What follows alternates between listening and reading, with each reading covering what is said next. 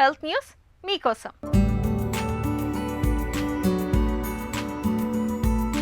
పేగుల్లో ఉండే ఒక రకమైన బ్యాక్టీరియా ఇమ్యునోథెరపీ ప్రభావాన్ని మరింతగా ఇనుమడింప చేయగలదని రుజువైనట్లు ఒక తాజా పరిశోధనలో వెల్లడైంది.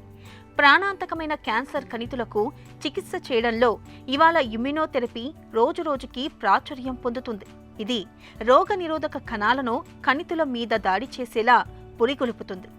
ఈ చికిత్సలో వాడే ఇమ్యూన్ చెక్ పాయింట్ ఇన్హిబిటర్ మందులు టీ కణాలను ప్రశాంతంగా ఉంచే సహజ మార్గాలను సడలించడం ద్వారా రోగనిరోధక శక్తిని ఉత్తేజితం చేస్తాయి.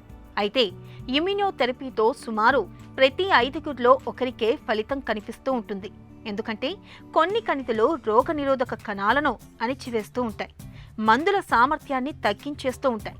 ఇలాంటి ఇబ్బందిని తొలగించడానికి చికిత్సకు స్పందించని వారికి ఇమ్యునోథెరపీ ఉపయోగపడేలా తీర్చిదిద్దడంలో వాషింగ్టన్ యూనివర్సిటీకి చెందిన పరిశోధకులు ముందడుగు వేశారు.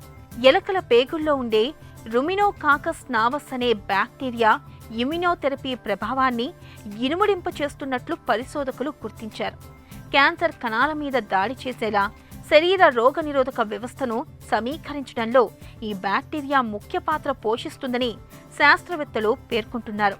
ఇమ్యునోథెరపీ మందుల సామర్థ్యాన్ని పెంచే ప్రోబయోటిక్స్ను రూపొందించడానికి తమ పరిశోధన తోడ్పడగలదని, ఫలితంగా మరింత ఎక్కువ మంది క్యాన్సర్ బాధితులకు ప్రయోజనం చేకూరగలదని పరిశోధకులు ఆశాభావం వ్యక్తం చేస్తున్నారు.